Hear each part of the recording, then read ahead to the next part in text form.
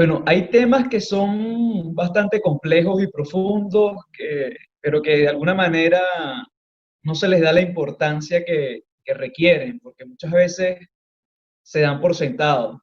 Son pocas las personas en verdad que se sientan a pensar o a reflexionar sobre temas como la felicidad, la riqueza, la libertad, pero todo el mundo reconoce en ellas, en estas palabras, un valor incalculable. Pareciera que solo habláramos de estas cosas cuando las perdemos, cuando no las tenemos. Todo el mundo habla de felicidad cuando está triste o habla de riqueza cuando evidentemente no la tienen. Lo mismo pasa con la libertad. Y ese es el tema del que vamos a hablar hoy, ¿no? De la libertad. Actualmente, como yo lo veo, en todo el mundo parece haber un debate sobre los alcances de la libertad, la interacción entre los gobiernos y los ciudadanos, y la manera en la que estos desean ejercer su libertad. Un debate nada novedoso, por cierto. Hemos estado durante mucho tiempo en ese debate, pero ahorita parece estar como de moda. Y para conversar al respecto, eh, quise conversar con mi amigo Anderson Riverol. ¿Cómo está, chamo? Muy bien, ¿y tú cómo estás? Todo bien, todo bien. Qué bueno que hayas aceptado unirte a este invento. Bueno, gracias a ti por hacer esta especie de diálogos en el infierno, pero la idea es esto, seguir conversando. Exacto, exacto, exacto. Pero a mí me gustaría que comenzáramos hablando de la situación actual de la libertad, digamos. Me parece que actualmente, especialmente motivado por las crisis que de distintas naturalezas que se han dado en los últimos años, que se repiten y se repiten, la libertad pareciera estar en mayor peligro que hace un par de décadas. El aumento de la exigencia de las personas a los gobiernos, lo cual termina generando relaciones de dependencias al Estado, ha venido en aumento y eso al mismo tiempo en detrimento de los grandes logros que en materia de libertad se habían alcanzado. No sé si tú lo ves igual.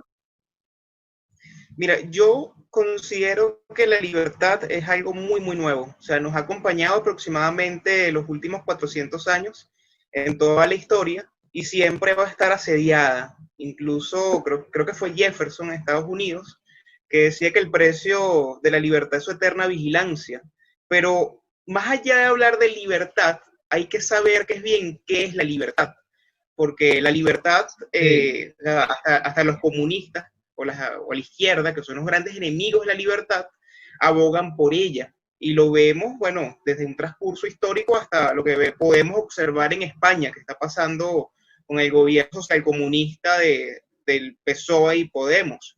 La libertad, ¿qué es para ti la libertad en principio, Javier? O sea, ¿a qué le llamas tu libertad? Y después yo te doy mi concepto. bueno, ahí iba a ir, ¿no? O sea, todo el mundo, dependiendo de la idea que tenga, define la libertad de la manera que cree que consiga más conveniente. Para mí, la libertad es el deseo, la capacidad que tienen las personas de, de ejercer su voluntad sin mayores limitaciones, más allá de las que suponen la supervivencia, el no dañar al otro, el cuidar a la raza humana.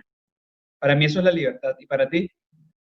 Bueno, completamente de acuerdo. De hecho, la libertad es que nosotros, que cualquier persona no tenga obstáculos para llevar adelante sus proyectos de vida, sus proyectos personales.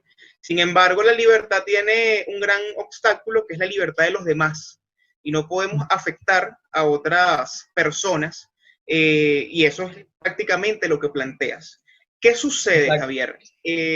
Yéndonos esto en el ámbito político, que quizás es el que más yo me muevo, yo recuerdo una vez, yo siempre iba a los foros de la fundación, bueno, no recuerdo el nombre de la fundación, de los socialdemócratas, que hacían sus actividades en el auditorio Frida Kahlo, que queda en Rómulo Gallegos, allí, y recuerdo muy bien que una profesora definió la libertad como el grado de igualdad para todos.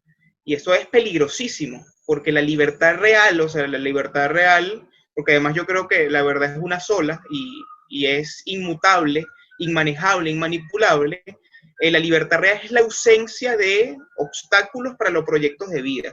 Pero la libertad tiene un acompañante que no se puede separar, y es la responsabilidad.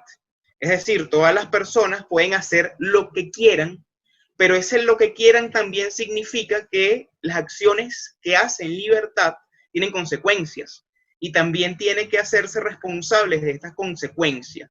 Entonces, uno de los grandes enemigos de la libertad, lo que pasa es que nosotros los latinos somos muy románticos, es la igualdad. Y la igualdad solamente puede existir ante la ley.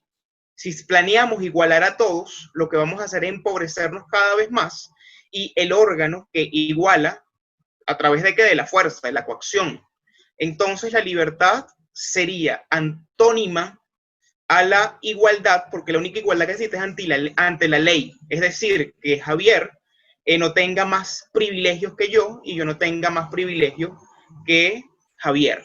Eso sería más o menos la evaluación de estos tres elementos: libertad, responsabilidad e igualdad. Sí, voy a aprovechar de unir el punto que comentabas de la responsabilidad con el hecho de que a las personas pareciera, a pesar de que todos siempre decimos como que queremos ser libres, como que nosotros somos libres o que queremos libertad y todo esto, las personas comienzan como a cambiar de opinión o comienzan a ser más conservadores con respecto al tema de la libertad cuando se ven responsables de sus hechos, cuando se dan cuenta que siendo libres tienen que ser responsables. Y eso es lo que pareciera ser la raíz del miedo que existe hacia la libertad. Mira, la libertad en realidad tiene un costo, y ese costo es el trabajo, es la innovación, es siempre estar en movimiento y ser productivo. De hecho, bueno, yo sigo a una filósofa, se llama Ayn Rand.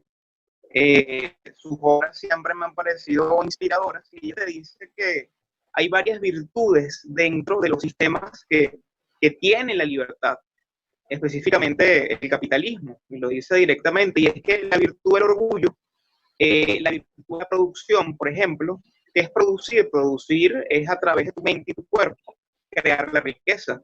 Y estar orgulloso es saber que todas las acciones que tú tienes, o sea, que tú llevas adelante, tienen algún significado, y darle ese valor. Ahora, es mucho más fácil para algunas personas que el Estado, o que un gobierno, o que alguien les resuelva la vida.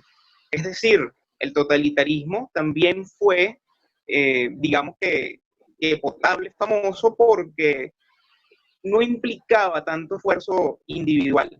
Tú puedes ver, o sea, en la misma Cuba, cómo está la distribución de comida, por ejemplo, en otras experiencias de ese tipo.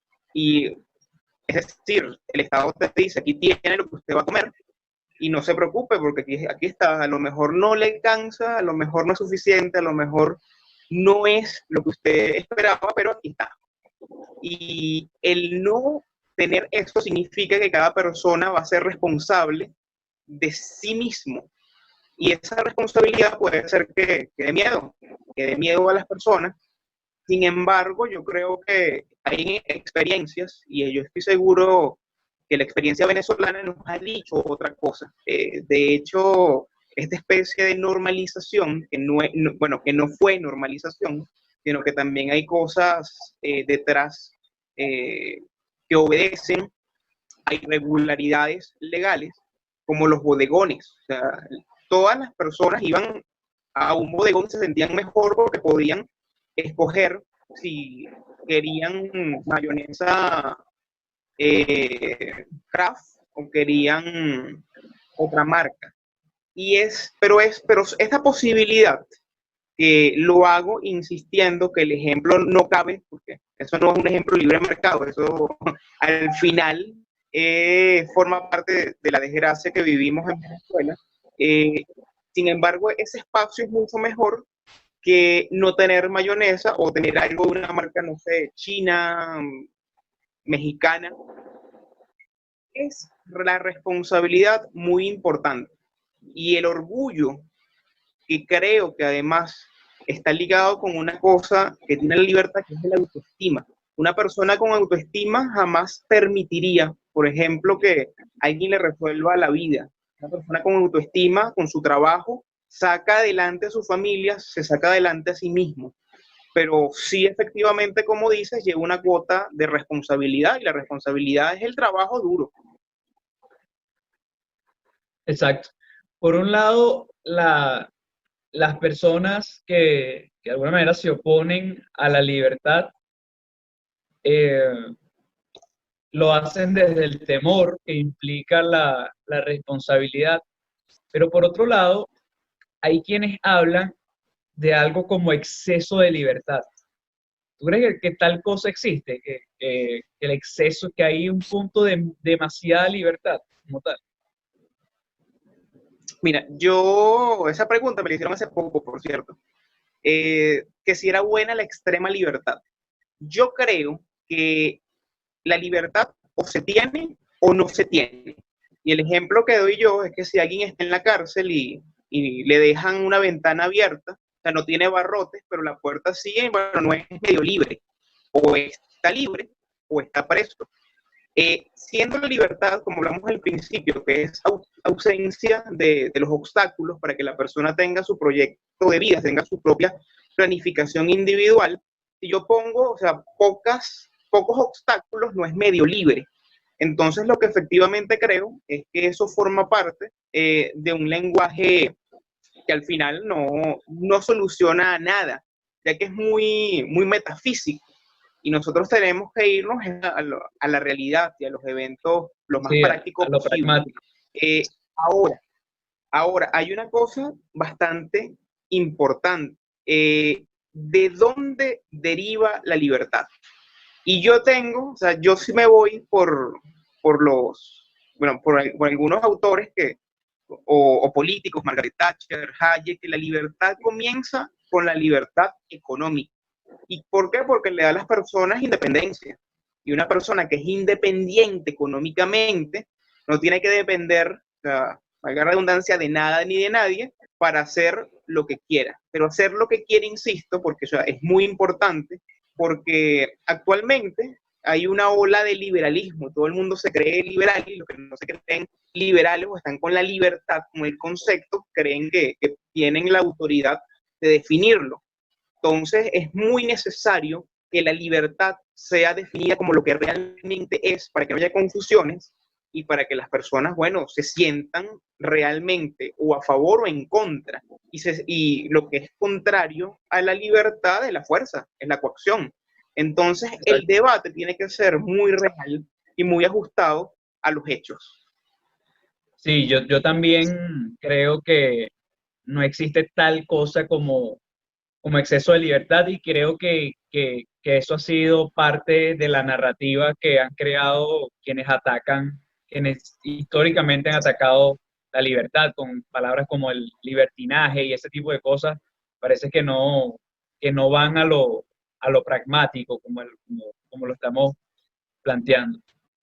De ahí salen cosas como, bueno, digamos que todo el espectro ideológico político que conocemos eh, se da en una especie de personas que tienen cierta libertad selectiva, los que prefieren ser libres solamente aquí o los que prefieren ser libres solamente aquí, y ahí tenemos a todas las ideologías, los que quieren ser más libres y los que quieren ser cada vez menos libres, y entre un extremo y el otro hay una serie de matices que al final eh, todos hablan de esa libertad a medias, digamos.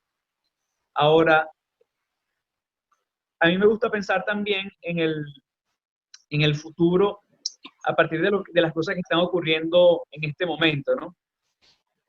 A mí me da miedo actualmente la situación de la libertad. Yo creo que Incluso es algo que es un valor por el que Occidente ha luchado tanto para establecer en sus sociedades. Siento que está en peligro, que cada vez más hay más sociedades donde se abraza al populismo, que siempre generen autoritarismo, eh, y pareciera que cada vez más la gente rechazara la libertad.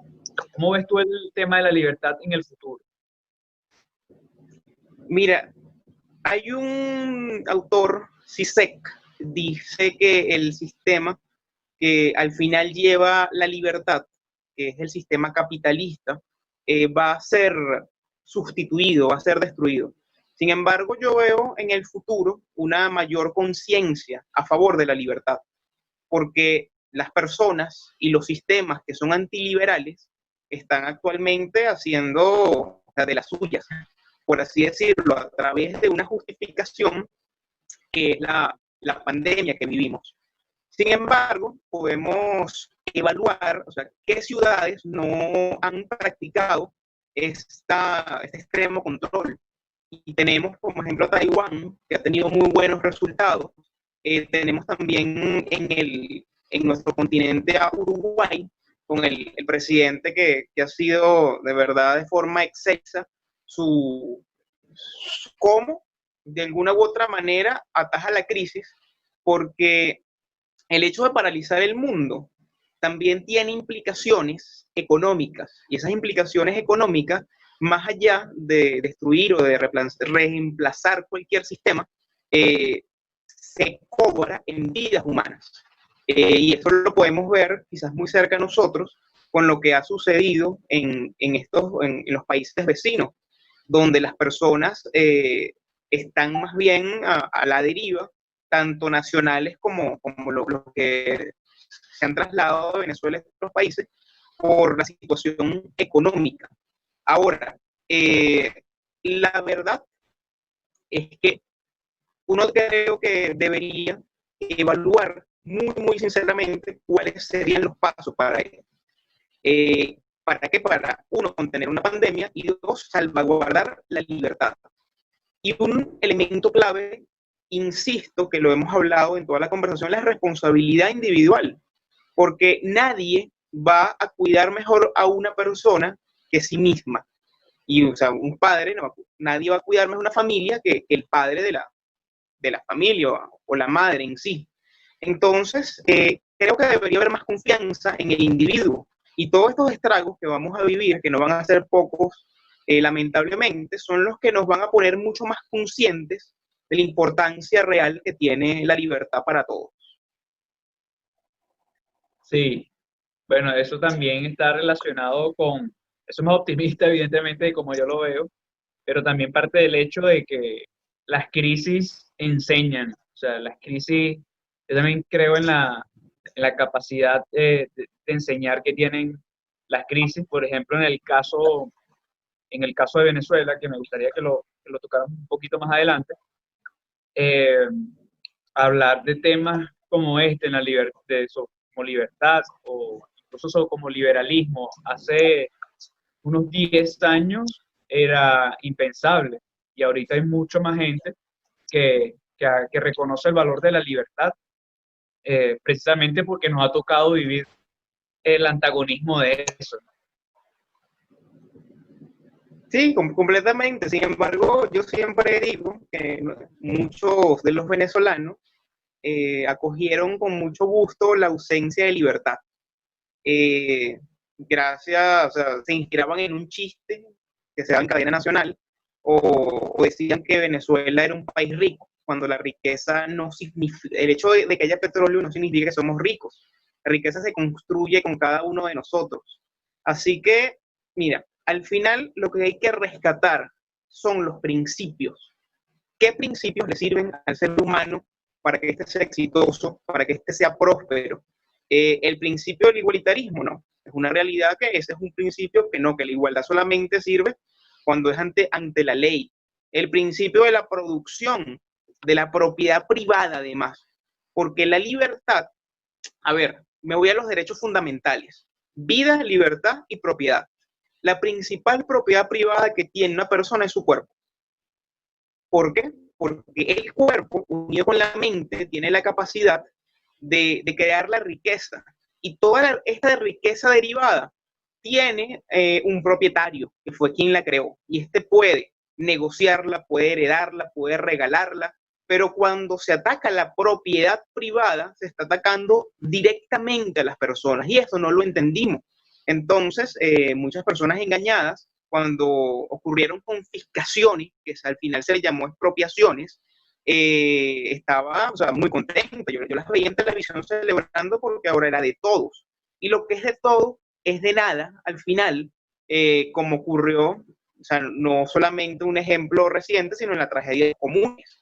La tragedia de los comunes es cuando en un sector de Inglaterra todo el mundo llevaba sus animales, sus vacas a comer el pasto y hasta que ese lugar público común, como no era propiedad de nadie, lo dejaron sin la posibilidad de que allí naciera otro tipo, o sea, ninguna planta. Y ese sector quedó inutilizable. Entonces, el hecho de la propiedad privada es importante rescatarlo como algo que nace desde el mismo ser. ¿Para qué? Para que en las acciones que tenga nuestra principal propiedad, que es nuestro cuerpo, se pueda crear la riqueza. Yo creo que efectivamente sí hemos entendido este mensaje. No ha sido fácil porque Venezuela ha vivido por los últimos 60 años en mitos. El mito de que somos ricos, el mito de que podemos, sin ningún esfuerzo, ser prósperos. Y eso es una gran mentira. La verdad es que si usted no trabaja, a menos que no se tenga un familiar que le heredó mucho dinero y usted no lo conocía, pues no puede ser próspero. Y que la verdadera dignidad viene del respeto de la principal propiedad privada, que es nuestro ser. Y así es, bueno, así es como yo lo veo. Exacto. Ahora para ir cerrando, a mí me gustaría abordar un poco, ahora pensando en la libertad, eh, en su carrera por el poder, digamos, en libertad como liberalismo. Ahora pensemos un poco en el liberalismo. En Venezuela la palabra está satanizada, es una palabra nueva, en verdad, para nosotros. Y ahora, bueno, nos encontramos pensando en ahora lo hemos asociado con a partir de que la palabra nació, ahora tiene asociaciones rarísimas ligadas a cosas raras, por decir. El liberalismo tiene la paradoja de que quiere llegar al poder para limitar el poder. ¿Cómo se le explica eso a la gente? A ver, hay que definir primero qué es liberalismo. El liberalismo es una teoría y una práctica, o sea, es una doctrina, no es una ideología.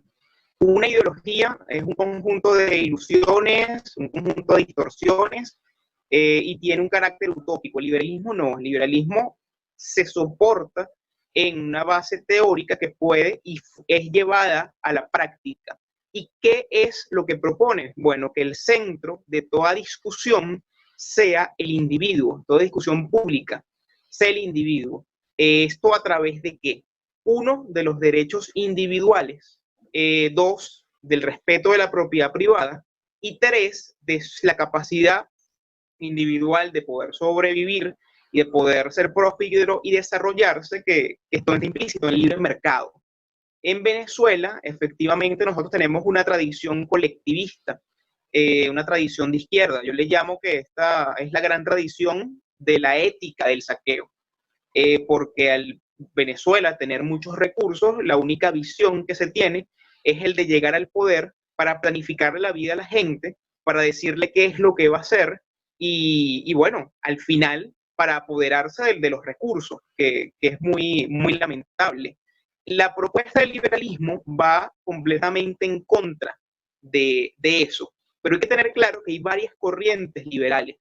El liberalismo como tal, que se defiende, o el real, se define como liberalismo clásico, que es el liberalismo que siguió Thatcher en Inglaterra, el liberalismo que siguió Ronald Reagan, y Ronald Reagan, a pesar de ser republicano, cuando le preguntaban cuál era su ideología, él decía, yo soy liberal clásico. Y los liberales clásicos defienden esa serie de elementos. Hay una verdad, y lo decía Carlos Rangel. Carlos Rangel, bueno, no sé si lo has escuchado, es un liberal venezolano que escribió un libro Sí, claro. genial que se llama Salvaje al buen revolucionario, donde de alguna u otra forma relata todo, a nivel latinoamericano, cómo el colectivismo ha impactado. Tiene, de hecho, una parte, un texto que habla de la visión que tenía el guerrillero, el guerrillero, ¿cómo es que se llama? El Che Guevara. Al final un asesino, porque las cosas como son. Y su visión era que el guerrillero era una persona superior, más amable, que era más sensible, y cuando la realidad práctica es que eran asesinos que asesinaban gente, hacían actos terroristas, entre otras cosas. Pero Carlos Rangel y su figura dentro de lo que estamos hablando fue, digamos que uno de los expositores que más claro habla en Venezuela del carácter liberal que podría tener la sociedad. Y él decía que es falso de toda falsedad de que en el país haya existido algún intento de libre mercado. Y no ha existido porque realmente a estas élites saqueadoras no les conviene la independencia de las personas y se sostienen en un estado impropio, como lo diría Adam Smith. O sea, el estado propio es el que depende de los ciudadanos a través de los impuestos. Nosotros somos impropios porque el Estado, a través del petróleo y la renta, regala dádivas a los venezolanos. Entonces, yo considero, si tú supieras, que esta visión colectivista del saqueo empieza hace aproximadamente 60 años y llega a su máxima expresión en lo que vivimos hoy. Es decir, no es que hay un corte muy significativo entre la época democrática y la época que vivimos hoy. Lo que se ha hecho es la radicalización de la coacción de la libertad. Y esto es muy interesante definirlo porque muchos, además de los intelectuales que tenemos en Venezuela, son parte de esa comunidad epistémica que busca sostener el Estado grande y de dar libertad dosificada a las personas. Pero gracias a la tecnología, gracias a Internet, gracias a las experiencias que se han tenido, yo creo profundamente que hemos aprendido todos los venezolanos. Mucho hay de resentimiento, y el resentimiento es uno de los peores enemigos de la libertad. Es decir, una persona con libertad puede nacer donde quiera que nazca. Puede nacer en Catia, puede nacer en Petare, puede nacer en un pueblo en Boconó. Si tiene el talento, el sistema de libertad lo va a llevar lo más lejos que su talento le permita. Y la gente se está dando cuenta de esto. Ese es uno de los puntos grandes de honor que tenemos, porque a diferencia de las propuestas colectivistas, de izquierda, socialistas, los verdaderos resultados se pueden ver con el liberalismo.